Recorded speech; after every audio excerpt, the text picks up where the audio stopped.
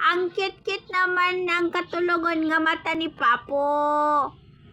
Kani siya si Papo. Hello, Papo.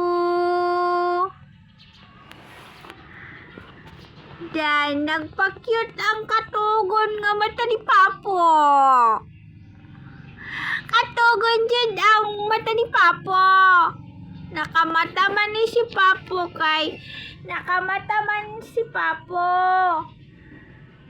Matog na daw si Papo. Gitalikdan man ang yaya ni Papo. Ay, nag-agoy ng luod si Papo. Hala, ng luod si Papo. Hala. O sige, sleep na, Papo. Sleep na, Papo. Bye.